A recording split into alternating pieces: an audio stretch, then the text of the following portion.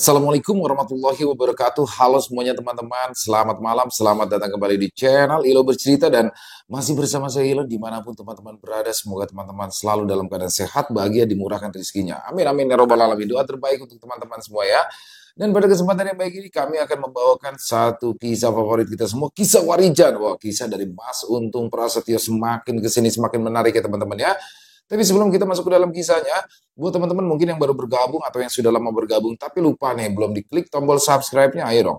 Diklik dulu tombol subscribe-nya, jangan lupa lonceng notifikasinya dinyalakan, agar teman-teman selalu mendapatkan notifikasi dari konten-konten yang akan kami upload di setiap harinya. Dan untuk channel Ilo Bercerita ini, kami upload setiap hari teman-teman ya, setiap malam jam 9 malam waktu Indonesia bagian Barat.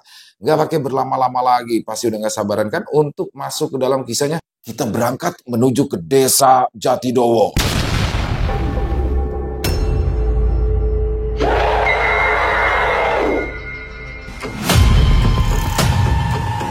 Misteri di desa Jatidowo.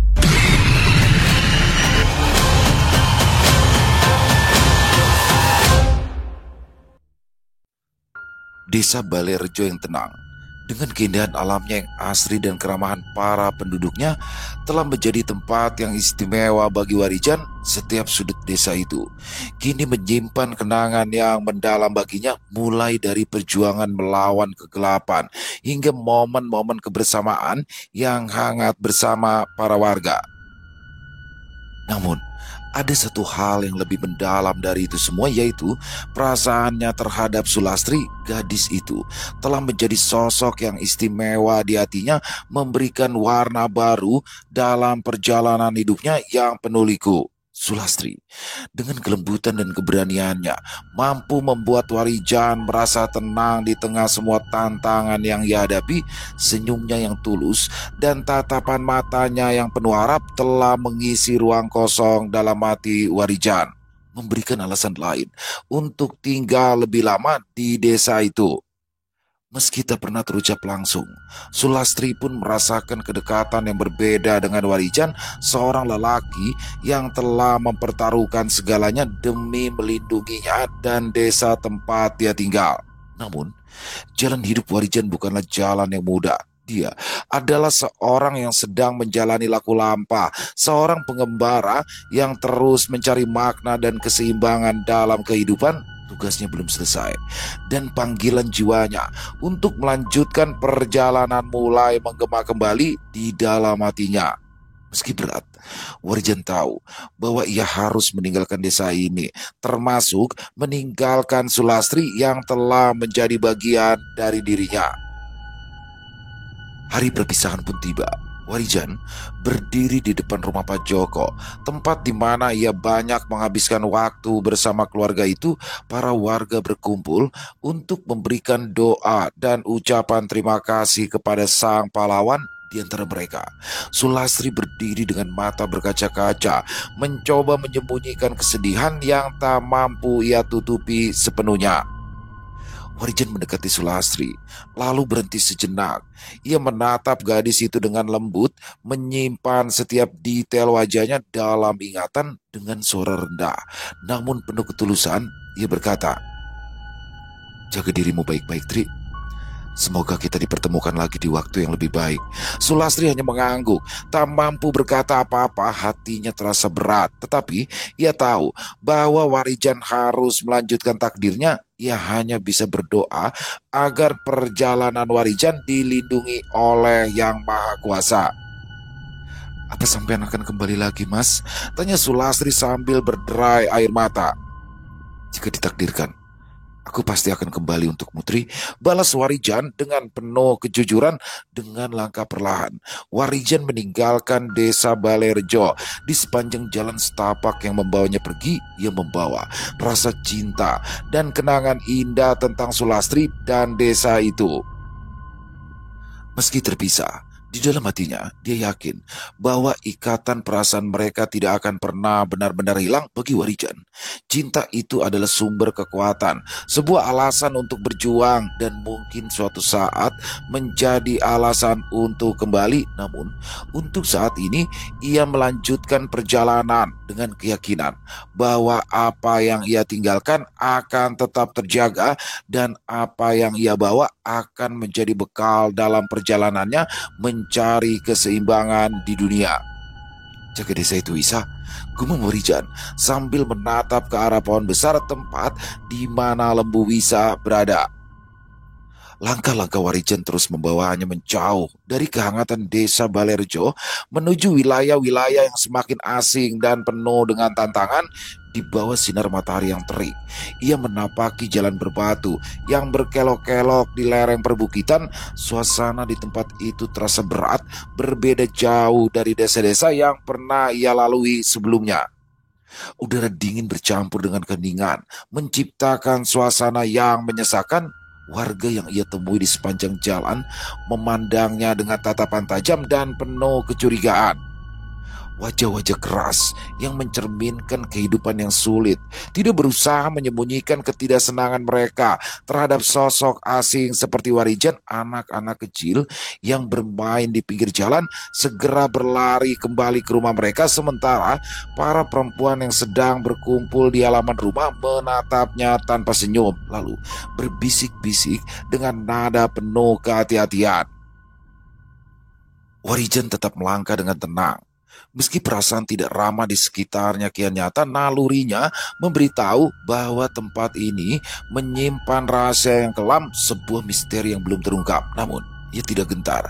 Keyakinannya pada laku lampa yang ia jalani memberikan kekuatan untuk terus maju apapun rintangannya. Warijan berhenti sejenak di tepi jalan. Ia merasakan sesuatu yang aneh di udara, sebuah energi samar. Namun, jelas bukan berasal dari sesuatu yang baik, mulai dirasakannya. Tanpa ragu, ia memutuskan untuk mendekat, yakin bahwa langkahnya telah membawanya ke tempat ini untuk sebuah alasan yang lebih besar.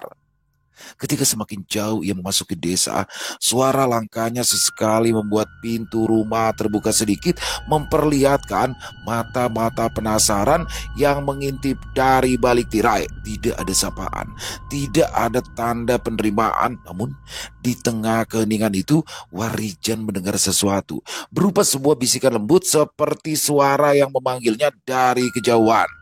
Dengan hati-hati, ia mengikuti arah bisikan itu, menyusuri jalan yang berliku. Makin jauh ia berjalan, makin kuat rasa misteri yang menyelimuti desa, hingga akhirnya ia tiba di sebuah lapangan kecil di tengah desa, di mana berdiri sebuah pohon besar dengan dahan-dahan yang menjuntai seperti cakar makhluk gaib. Di bawah pohon itu, seorang lelaki tua duduk bersila, mengenakan jubah hitam dengan sorot mata yang tajam, seolah telah lama menunggu kedatangan Warijan.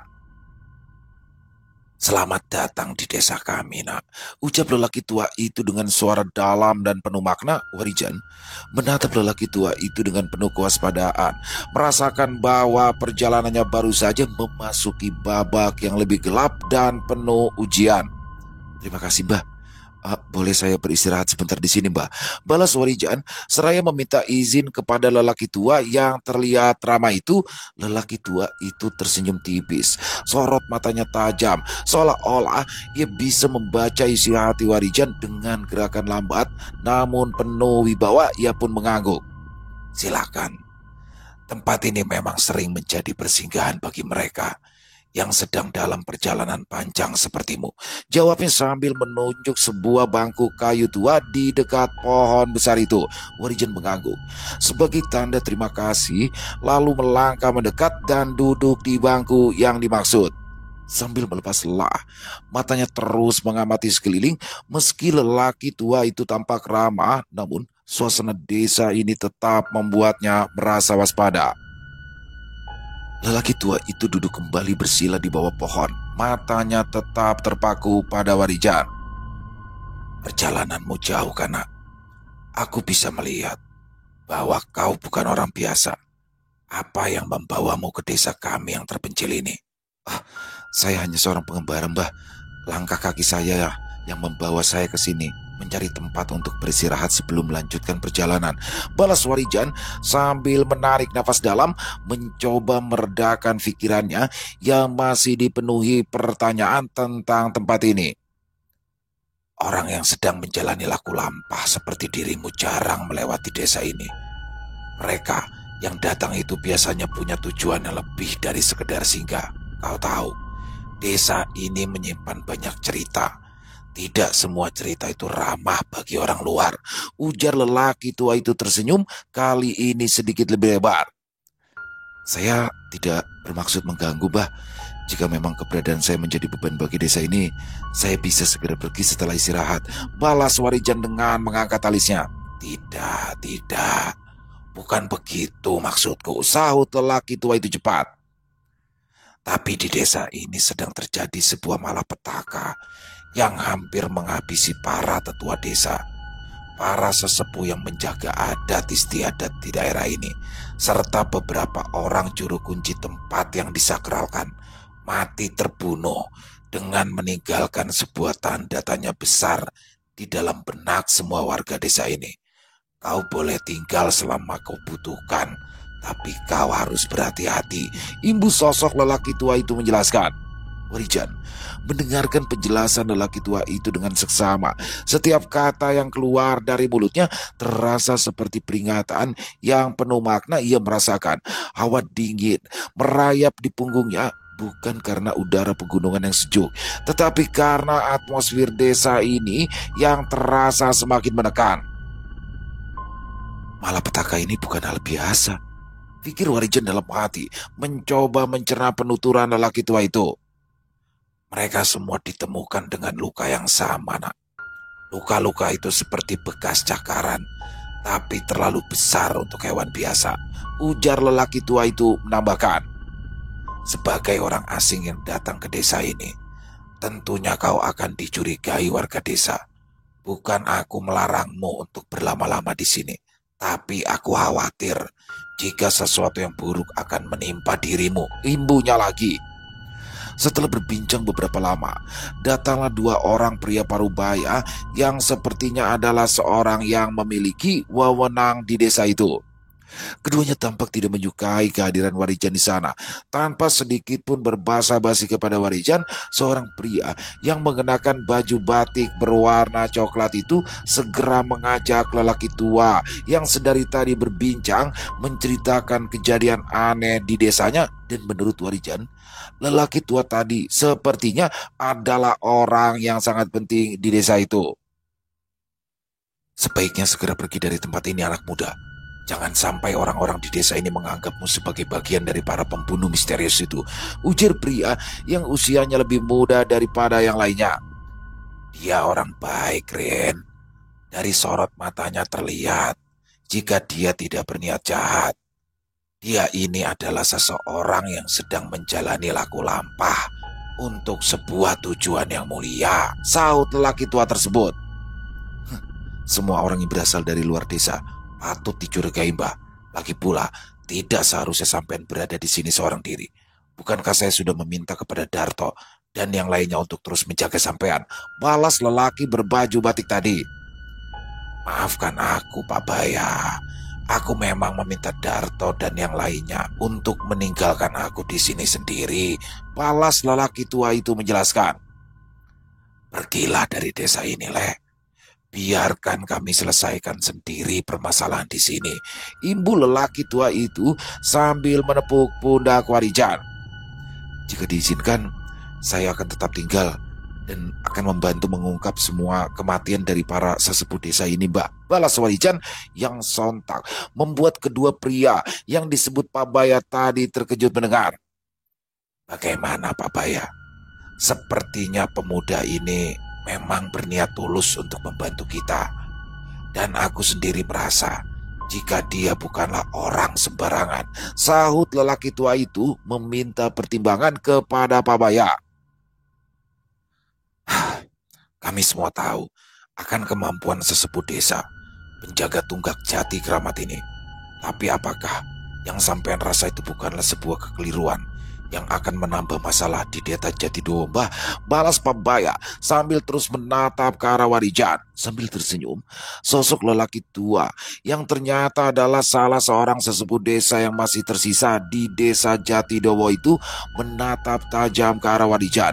Bibir tampak bergetar, seolah sedang membaca sebuah mantra yang sama sekali tidak terdengar.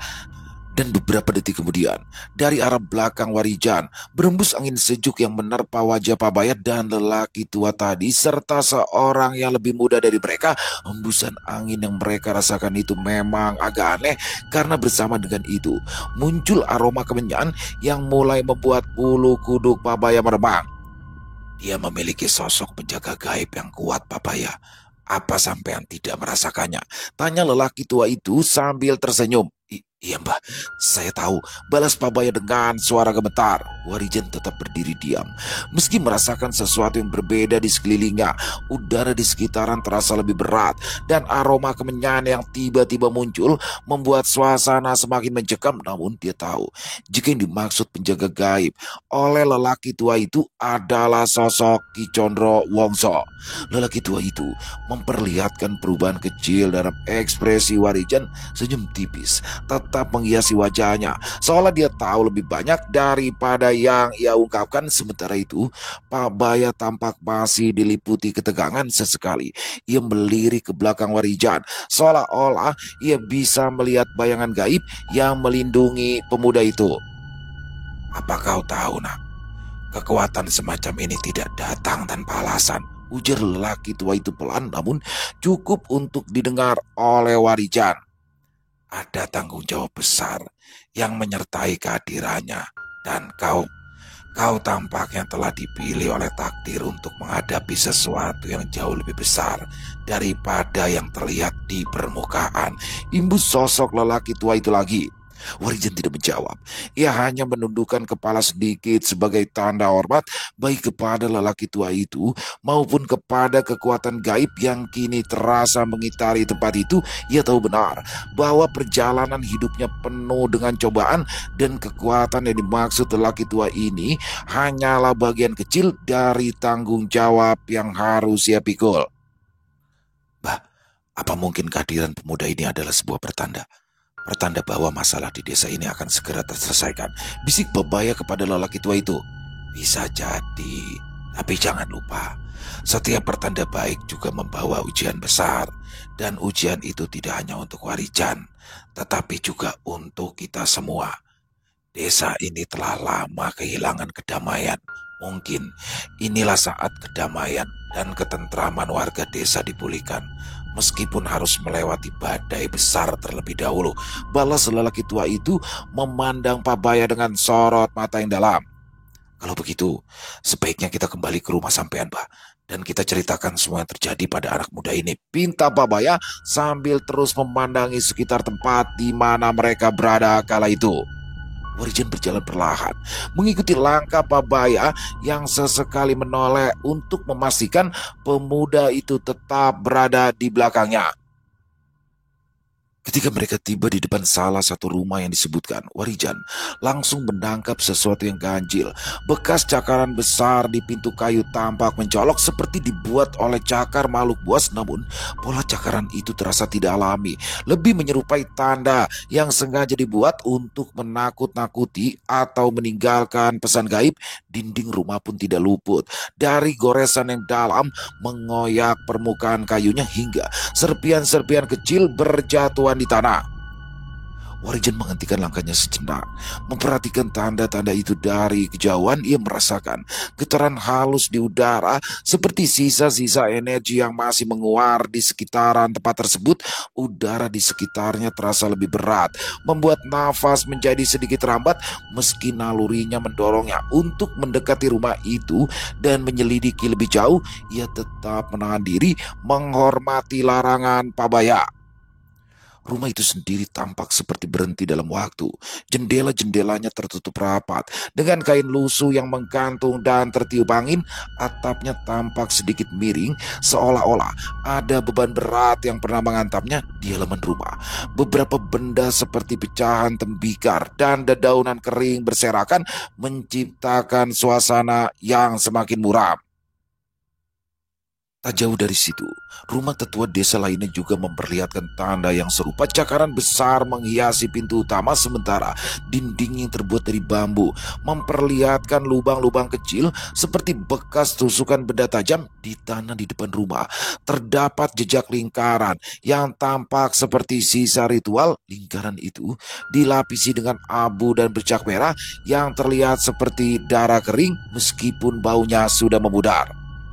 Warijan merasakan dada kirinya berdenyut halus, sebuah tanda dari Ki Condro Wongso bahwa energi gaib kuat di tempat ini. Meskipun ia tetap diam, pikirannya terus berputar, mencoba menyusun petunjuk-petunjuk yang ada. Tanda-tanda ini jelas bukan perbuatan manusia biasa, tetapi juga tidak menyerupai makhluk gaib liar. Ada pola tertentu seperti sebuah pesan atau ancaman yang ditinggalkan dengan sengaja. Pabaya yang terlihat semakin gelisah mempercepat langkahnya. Warijan mengikuti dan mengalihkan pandangannya dari rumah-rumah penuh misteri itu.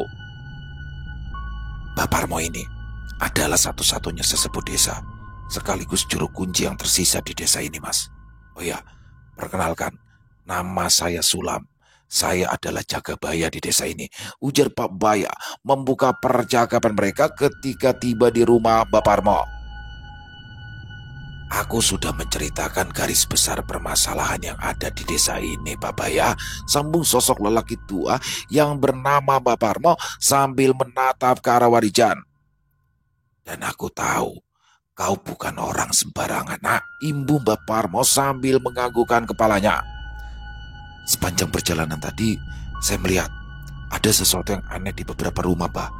Apakah tanda cakaran yang ada di depan pintu rumah itu ada di tubuh para korban?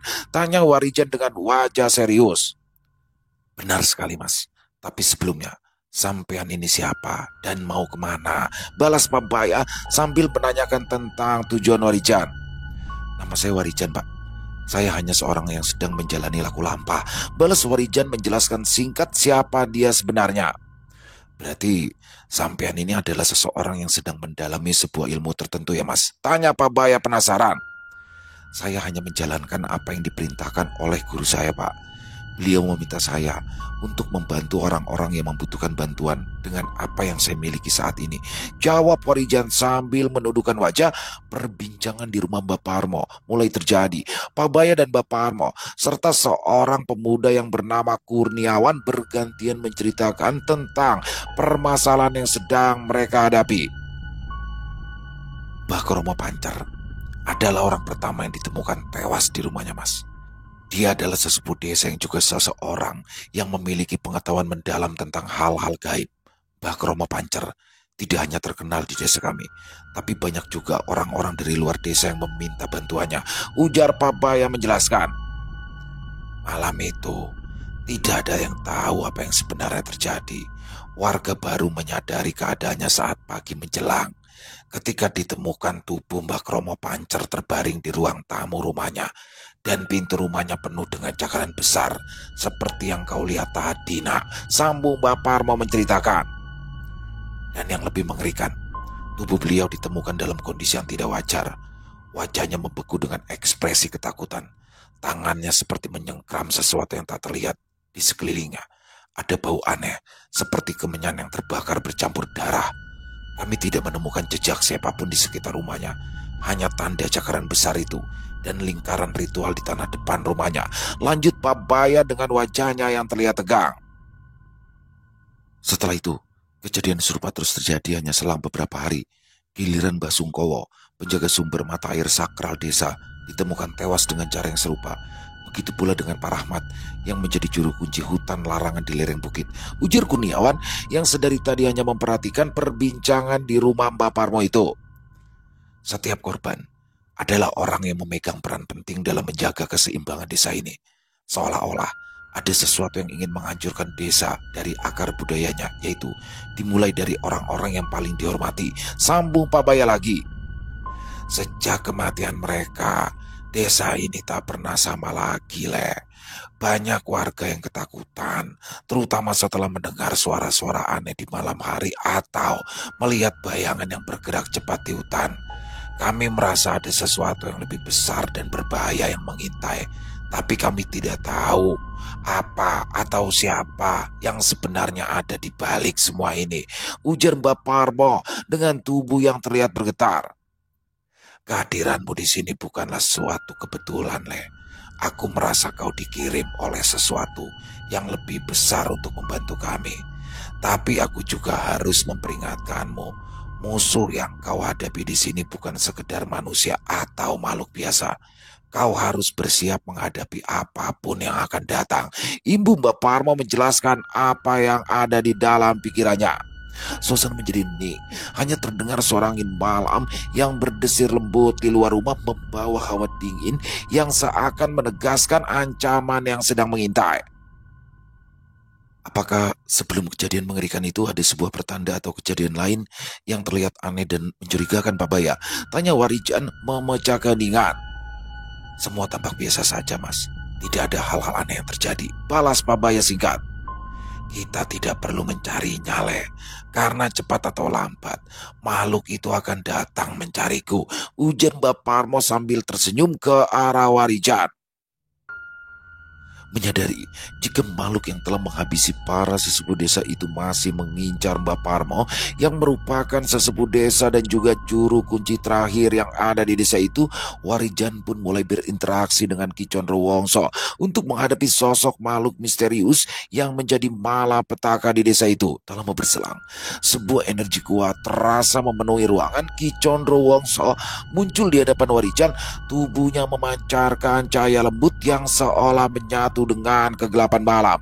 Tanpa perlu banyak bicara, Warijan langsung menyampaikan niatnya untuk mencari tahu tentang makhluk misterius yang telah menebar teror di desa Jatidowo. Ki Condro Wongso mengangguk pelan, mengerti apa yang harus dilakukan. Dengan tongkatnya yang berkilau, ia menggambar lingkaran energi di lantai rumah Mbak Parmo. Lingkaran itu mulai bercahaya, memproyeksikan gambaran samar tentang hutan di lereng bukit yang gelap dan penuh dengan aura negatif. Gambar itu semakin jelas, menunjukkan bayangan besar yang bergerak di antara pepohonan, sosok yang tidak sepenuhnya terlihat, tapi memancarkan energi kegelapan yang luar biasa. Makhluk ini memiliki kekuatan yang berasal dari energi dendam yang terpendam lama, Jan, ujar Ki Condro Wongso yang mulai merasakan getaran dari sosok makhluk yang sedang menebar ancaman itu.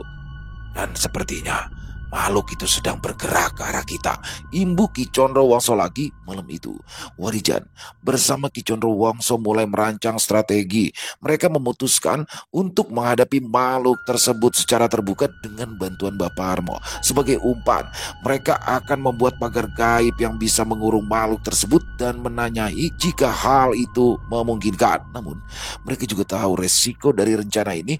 Jika tidak dilakukan dengan hati-hati, Mbak Parmo bisa menjadi korban berikutnya dan malapetaka yang lebih besar mungkin akan menimpa desa. Oleh karena itu, Ki Condro Wongso memperkuat pagar diri yang melindungi tubuh Mbak Parmo dengan mantra-mantra sakti, sementara Warijan bersiap dengan ajian Sindung Geni dan batu pusaka yang didapatnya setelah pertemuan dengan Mas Joyo. Ketika tengah malam tiba, Warijan, Mbak Parmo, dan juga Pak Baya serta Kurniawan terus terjaga menantikan kedatangan sosok makhluk misterius tersebut. Sementara itu, Ki Condro Wongso terus mengamati energi hitam yang semakin lama semakin terasa mendekat ke arah rumah Mbak Parmo. Ketegangan malam itu begitu terasa. Warijan duduk bersila di sudut ruangan. Tangannya menggenggam batu pusaka yang kini memancarkan cahaya redup berwarna kehijauan. Di seberangnya, Mbak Parmo duduk di dalam lingkaran pagar gaib yang dibuat oleh Ki Condro Wongso, Pak Baya, dan Kurniawan. Meskipun tampak gugup, berusaha tetap waspada memegang senjata tradisional sebagai bentuk kesiapan mereka. Di luar rumah, Ki Condro Wongso berdiri dengan tongkatnya yang bersinar terang, matanya terpejam seolah mendeteksi setiap pergerakan energi di sekitaran mereka. Beberapa saat kemudian, udara mulai berubah, suasana menjadi lebih berat dan suara hewan malam perlahan menghilang. Ki Condro Wongso membuka mata, menatap ke arah hutan dengan sorot mata tajam. Dia mendekat, Jan, ujar Ki Condro Wongso kepada Warijan melalui batinya. Dalam hitungan detik, bayangan gelap mulai terlihat di antara pepohonan. Sosok itu tinggi besar dan hampir tidak memiliki bentuk yang pasti. Energi hitam yang mengelilinginya bergerak liar, menciptakan suara gemuruh yang menyerupai deru angin badai. Warijan berdiri dari tempatnya dengan cepat. Ia membaca mantra ajian tapak geni yang membentuk lingkaran api kecil di tangannya yang siap ia gunakan kapan saja. Batu pusaka di genggamannya semakin berpendar, menandakan bahwa makhluk tersebut membawa energi yang luar biasa besar. Makhluk itu akhirnya berhenti di depan rumah Mbak Parmo. Dengan wujud yang mengerikan, matanya yang merah menyala menatap ke arah lingkaran gaib di tengah rumah di mana Mbak Parmo duduk dengan tenang. Suara geramnya menggetarkan tanah, menunjukkan amarah dan dendam yang menguasai dirinya. Ki Condro Wongso melangkah maju, menghentakkan tongkatnya ke tanah. Lingkaran perlindungan di sekitaran rumah bersinar terang, menciptakan penghalang yang tidak bisa ditembus oleh energi hitam makhluk tersebut. Namun, makhluk itu tampak tak takut. Ia mengeluarkan suara tawa yang menggema seolah menantang mereka. Warijan maju beberapa langkah, berdiri sejajar dengan Ki Condro Wongso. Ia mengangkat tangan kirinya yang memegang batu pusaka dengan suara lantang. Ia mulai merapal mantra aji yang perlahan membentuk perisai gaib yang mengurung makhluk bertangan besar dengan kuku-kuku hitam panjang dan juga tajam. Makhluk itu berhenti tertawa. Suara geramnya berubah menjadi nada yang lebih dalam dan penuh kebencian. Kalian tidak tahu apa yang kalian hadapi, ujar makhluk tersebut dengan suara yang bergema. Namun sebelum makhluk itu menyerang, Ki Condro Wongso mengentakkan tongkatnya lagi, menciptakan lingkaran cahaya yang lebih besar. Energi makhluk itu tiba-tiba tertahan, seolah terperangkap dalam lingkaran gaib yang baru saja terbentuk. Apa tujuanmu membunuh para sesepuh desa ini? Siapa yang mengirimmu? Tanya Ki Condro Wongso yang wujudnya perlahan berubah mengerikan. Makhluk rendahan sepertimu tidak pantas berkata seperti itu, balas sosok makhluk yang berwujud manusia namun tubuhnya sedikit membungkuk dengan kepalanya yang terlihat seperti seekor harimau hitam. Kurang ajar, dasar makhluk jadi-jadian, balas Ki Condro Wongso yang langsung melesakkan energi murni dari tongkatnya yang mengarah ke tubuh makhluk tersebut. Tahan Ki, jangan dihabisi dulu. Yang kita butuh adalah siapa sosok makhluk itu dan apa tujuannya menghabisi para sesepuh desa, ujar Warijan dengan suara lantang yang langsung menghentikan serangan dari Ki Condro. Ki Condro menghentikan serangannya tepat sebelum energi dari tongkatnya menghantam makhluk itu. Cahaya yang menyelimuti lingkaran gaib semakin terang, menekan sosok harimau hitam berbadan manusia tersebut hingga ia tampak kesulitan untuk berdiri tegak. Makhluk itu menggeram, matanya menyala merah, memandang penuh kebencian ke arah Ki Condro dan Warijan. Warijan maju selangkah, menatap makhluk itu dengan tajam. Tangannya memegang erat batu pusaka sementara lingkaran api dari ajian tapak geni masih melingkari tubuhnya siap untuk digunakan kapan saja. Lingkaran gaib yang diciptakan Ki Condro mulai memantulkan kilatan energi, seolah memberi tekanan lebih besar pada makhluk itu. Tubuh makhluk tersebut perlahan kehilangan kekuatannya hingga ia terduduk di dalam perangkap energi. Namun bahkan dalam keadaan terdesak, ia tetap mengeluarkan suara tawa yang menggelegar seolah mengejek upaya mereka. Hembusan angin dingin tiba-tiba melintas, membawa aroma kemenyan yang semakin pekat. Pak Baya dan Kurniawan yang menyaksikan dari kejauhan tampak semakin tegang, sedangkan Mbak Parmo tetap diam di tempatnya menjaga ketenangan di dalam lingkaran perlindungannya. Dalam diam, Ki Condro Wongso kembali mengalirkan energi yang lebih besar ke arah lingkaran gaib. Lingkaran itu mulai berpendar dengan warna keemasan, mempertegas penguasaan mereka atas makhluk tersebut. Tubuh harimau hitam itu perlahan terlihat melemah, tetapi tatapannya tetap penuh perlawanan. Wujudnya bergetar dan samar-samar. Suara yang lebih berat keluar dari mulutnya bukan lagi tawa, melainkan rangan yang menyerupai rintian. Makhluk itu akhirnya akhirnya tak mampu lagi melawan tekanan lingkaran gaib, dia membungkuk, baunya merosot, dan energi hitam yang menyelimuti tubuhnya mulai memudar. Namun dalam keadaan itu, ia tetap mengangkat kepalanya dengan sisa kekuatan yang ia miliki. Bibirnya bergerak seolah ingin mengucapkan sesuatu, tetapi tidak ada suara yang keluar.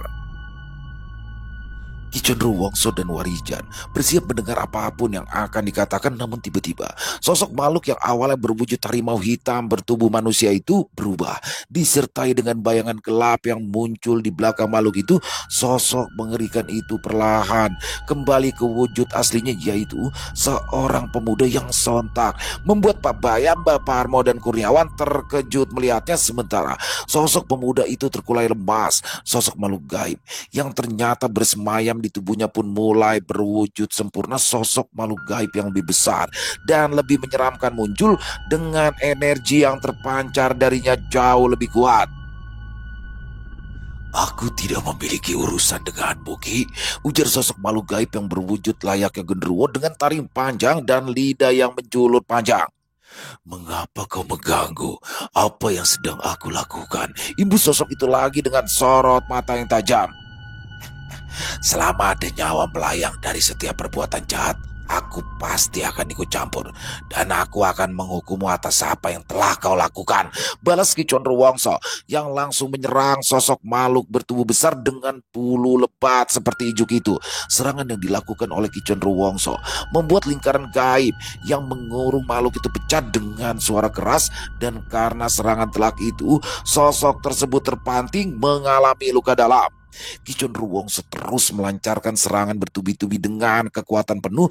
Tongkatnya menyala dan setiap ayunannya menghasilkan kilatan cahaya yang menghantam tubuh besar makhluk itu dengan telak. Makhluk bertubuh besar dengan bulu seperti ijuk itu menggeram keras, berusaha bangkit dari hantaman serangan Ki Condrowongso, tetapi kekuatan serangan yang berulang membuatnya semakin sulit bertahan. Setiap serangan Ki Condrowongso tidak hanya melukai makhluk itu, tetapi juga merusak energi kegelapan yang menyelimuti. Pusaran energi hitam yang tadinya mengelilingi tubuh makhluk itu memudar, menampakkan luka-luka menganga di tubuhnya. Makhluk itu berusaha melindungi dirinya dengan tangan besar berbulu lebat, tetapi serangan Ki Condrowongso terlalu cepat dan kuat untuk dihindari. Sementara itu, Warijan yang berdiri di depan sosok pemuda yang perlahan mulai sadar itu terus mengamati dengan seksama, memastikan bahwa pemuda itu tidak akan memiliki kesempatan untuk melarikan diri. Dengan ajian tapak geni yang masih aktif, Warijan bersiap menyerang jika situasi menjadi lebih sulit, dan batu pusaka di tangannya memancarkan energi hangat seolah menunggu saat yang tepat untuk digunakan.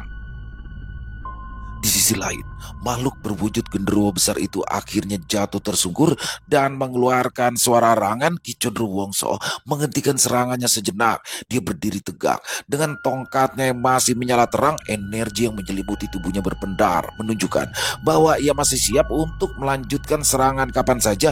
Makhluk itu mencoba bergerak, tetapi tubuhnya tidak lagi memiliki kekuatan untuk melawan. Tanah di sekeliling mereka yang sebelumnya bergetar akibat pertempuran gaib itu kini mulai tenang. Aroma kemenyan yang pekat perlahan menghilang, tergantikan oleh bau tanah basah dan embun malam. Suasana hening, tetapi udara masih terasa berat oleh sisa-sisa energi yang berputar di tempat itu. Dalam kesunyian tersebut, tubuh makhluk gaib itu perlahan mulai memudar. Energi hitam yang tadinya menguasai menguap ke udara, meninggalkan kepulan asap hitam yang menandakan jika sosok tersebut telah musnah. "Selanjutnya aku serahkan padamu, Jan," ujar Ki Condrowongso yang perlahan menghilang dari pandangan. "Terima kasih, Ki," balas Warijan sambil menghela nafas lega. Setelah memastikan jika tidak lagi ada ancaman, Warijan pun meminta kepada Pabaya dan Kurniawan untuk membantu sosok pemuda yang sebelumnya berwujud manusia harimau yang sangat mengerikan itu. Pabaya awalnya merasa takut, namun Warijan meyakinkan jika tidak ada lagi ancaman yang membahayakan mereka. "Silakan sampean cari tahu maksud dan tujuan dari orang ini, Pak," pinta Warijan kepada Pabaya sambil menganggukkan kepala. Pabaya dan Kurniawan dengan hati-hati mendekati pemuda yang tergeletak lemah di atas tanah itu. Tubuhnya tampak kurus dan penuh luka, bekas dari energi gelap yang sebelumnya menguasai Warijan. Berdiri di dekat mereka, tetap waspada untuk memastikan tidak ada sisa ancaman yang muncul secara tiba-tiba. Kurniawan menepuk pelan bahu Pabaya, memberi isyarat agar keduanya bersama-sama membantu pemuda itu duduk. Dengan hati-hati, mereka berhasil mendudukkannya di teras rumah Mbak Parmo. Wajah pemuda itu tampak kosong, seolah-olah jiwanya masih berusaha memahami apa yang baru saja terjadi. Warijan mendekat, memegang tangannya di atas kepala pemuda itu, membacakan mantra menenangkan pikiran. Suara mantra terdengar lembut dan perlahan. Tubuh pemuda itu berhenti gemetar, nafasnya menjadi lebih teratur meskipun matanya masih menunjukkan kebingungan yang mendalam. "Bukankah ini Suloyo, anaknya almarhum Pak Eko?" tanya Pabaya kepada Kurniawan. "Benar, Pak. Tapi apa dia yang berubah menjadi makhluk menyeramkan tadi?" balas Kurniawan seraya bertanya. Setelah pemuda itu cukup tenang, Pabaya dan Kurniawan membawanya masuk ke dalam rumah Mbak Parmo untuk mendapatkan perawatan lebih lanjut. Warijan tetap di tempat kejadian untuk memastikan bahwa tidak ada energi sisa yang berbahaya di sekitar. "Apa yang terjadi kepadamu, yo?" tanya Pabaya dengan wajah tegas namun penuh tanda tanya. "Ibuku, ibuku yang tidak pernah kalian tolong. Selama dia sakit, ibuku sangat menderita hingga ajal menjemputnya," balas pemuda bernama Suloyo yang sebelumnya adalah perwujudan dari makhluk mengerikan. "Dan kalian semua akan mati mengenaskan seperti ibuku," imbunya lagi. "Loh, maksudmu apa?" tanya Pabaya dengan raut wajah kesal. "Selama ibuku sakit, tidak ada seorang pun yang mau mengobati. Tapi sebaliknya, para sesepuh desa itu malah menganggap jika ibuku terkena kutukan," jawab Suloyo dengan tubuhnya yang kembali terlihat lemah. Pabaya dan Mbak Parmo saling beradu pandang. Ingatan mereka kembali ke masa ketika di desa itu ada seorang perempuan yang tidak lain adalah ibu dari pemuda tersebut yang menderita penyakit aneh. Dan selain tidak ada yang membantu mengobatinya, sang ibu yang baru saja ditinggal mati oleh suaminya itu malah dikucilkan karena dianggap sedang terkena kutukan dari leluhur. Ingatan yang menyeruak membawa kesedihan mendalam ke dalam hati Pabaya dan Mbak Parmo. Mereka mengingat dengan jelas bagaimana perempuan yang bernama Samia itu menjalani hari-harinya yang penuh penderitaan. Samia terpaksa hidup dalam pengasingan di sebuah gubuk kecil di pinggir hutan. Tidak ada yang berani mendekatinya karena takut terkena kutukan yang sama. Dia berjuang sendirian merawat anaknya yang masih berusia 8 tahun sambil menahan rasa sakit dari penyakit misterius yang perlahan merenggut kesehatannya. Makanan dan kebutuhan hidup hanya bergantung pada belas kasihan orang-orang yang meninggalkan barang di depan pintu gubuknya tanpa pernah bertatap muka. Ketika akhirnya Samia meninggal dunia, anak kecilnya yang bernama Suloyo itu ditemukan seorang diri di dalam gubuk menangis di samping tubuh ibunya yang tak bernyawa. Warga desa pun menganggap kutukan di desa mereka berakhir dengan kematian Samia, hingga ada pasangan suami istri yang belum dikaruniai seorang anak mau merawatnya. Pabaya menatap pemuda yang kini terbaring di depan mereka. "Andai saja waktu itu kita lebih bijaksana," ujar Mbak Parmo sambil menghela nafas berat karena rasa penyesalan yang memenuhi hatinya. Keputusan mereka di masa lalu untuk mengabaikan Samia kini kembali menghantui mereka, terutama setelah mengetahui bahwa anaknya telah bersekutu dengan makhluk gaib yang sangat berbahaya. Sementara itu, Warijan terus memperhatikan perubahan ekspresi pada wajah Pabaya dan Mbak Parmo. Dia tahu bahwa mereka sedang terjebak dalam kenangan pahit masa lalu yang mungkin memiliki hubungan langsung dengan tragedi yang kini menimpa desa mereka. Selesai. Wow, luar biasa kisah Warijan ya. Makin seru aja makin kesini. Bagaimana akhirnya Warijan meninggalkan desa Balerejo ya, tempat tinggal Sulastri. Waduh, Sulastrinya akhirnya dia meninggalkan Sulastri itu karena memang dia harus terus menjalani laku lampanya, walaupun di situ udah ada hati nih antara Warijan dan Sulastri. Tapi dia harus meneruskan laku lampa sesuai perintah dari Sudiro sang guru, dan dia akhirnya mendarat di desa Jatidowo, yang mana di desa tersebut memiliki satu masalah lagi yang ternyata di endingnya masalah itu adalah dendam dari masa lalu seorang anak Yang mana anak tersebut melihat dengan mata kepalanya bagaimana ibunya diasingkan dan dikatakan oleh seluruh warga desa bahwa ibunya terkena penyakit kutukan, diasingkan sampai akhirnya ibunya meninggal dunia. Disitulah muncul bara dendam yang akhirnya dilampiaskan di masa sekarang kepada para sesepuh desa. Jadi yang diincar kenapa sesepuh desa? Karena dulu mereka-mereka lah yang telah mengatakan bahwa penyakit ibunya adalah penyakit kutukan. Waduh, keren banget kisahnya bagaimana akhirnya Warijan bersama Ki Condrowongso berhasil menyelesaikan satu permasalahan yang ada di desa Jatidowo. Dan semakin menarik lagi, jangan sampai ketinggalan buat teman-teman kisah Warijan selanjutnya. Buat Mas Untung Prasetyo, terima kasih atas kisahnya yang luar biasa. Ditunggu lagi kisah-kisah selanjutnya. Dan semoga kisah barusan bisa menghibur teman-teman semua para pecinta penikmat horor misteri. Lebih khususnya lagi kepada para subscriber channel Ilo Bercerita. Kita ambil hikmah yang baiknya saja ya dari kisah barusan, dibuang yang buruk-buruknya. Dan buat yang punya komentar lain, silakan bisa menuliskan di dalam kolom komentar. Ataupun hanya sekedar saling menyapa, insya Allah kami akan menjawabnya satu persatu. Buat yang suka dengan videonya, bisa diklik tombol like ataupun jempolnya, boleh juga ya dibantu share link videonya ini agar teman-teman yang lain bisa terhibur juga. Dan buat teman-teman mungkin yang belum subscribe, sekali lagi ayo dong diklik tombol subscribe, jangan lupa lonceng notifikasinya dinyalakan agar teman-teman selalu mendapatkan notifikasi dari konten-konten yang akan kami upload selanjutnya. Dan kami juga ingin mengucapkan terima kasih ya kepada seluruh teman-teman yang sudah selalu setia hadir, yang sudah selalu mendukung kami, karena teman-teman lah kami selalu bersemangat berkarya di setiap harinya. Dan oh iya, buat teman-teman mungkin yang punya kisah horor misteri ya, yang kata di kisah nyata berdasarkan pengalaman pribadi, apabila mungkin berkenan dibawakan di channel kami, bisa mengirimkannya ke nomor telepon kami yang ada di sini, dan bebas ya, kirimannya boleh dalam bentuk tulisan, boleh dalam bentuk rekaman suara, senyamannya teman-teman aja. Buat teman-teman yang sudah mengirimkan kisah, kami ucapkan terima kasih. Di akhir kata, saya Ilo mengucapkan permohonan maaf apabila mungkin dalam pembawaan kisahnya barusan ada kata-kata saya yang salah, ataupun ada kata-kata saya mungkin yang kurang berkenan. Saya mohon dibukakan pintu maaf yang seluas-luasnya. Sampai berjumpa lagi di konten-konten kami selanjutnya. Pasti tidak kalah serunya, pasti tidak kalah horornya. Masih bersama saya Ilo di channel Ilo Bercerita. Salam sehat, sukses selalu untuk kita semua. Wassalamualaikum warahmatullahi wabarakatuh.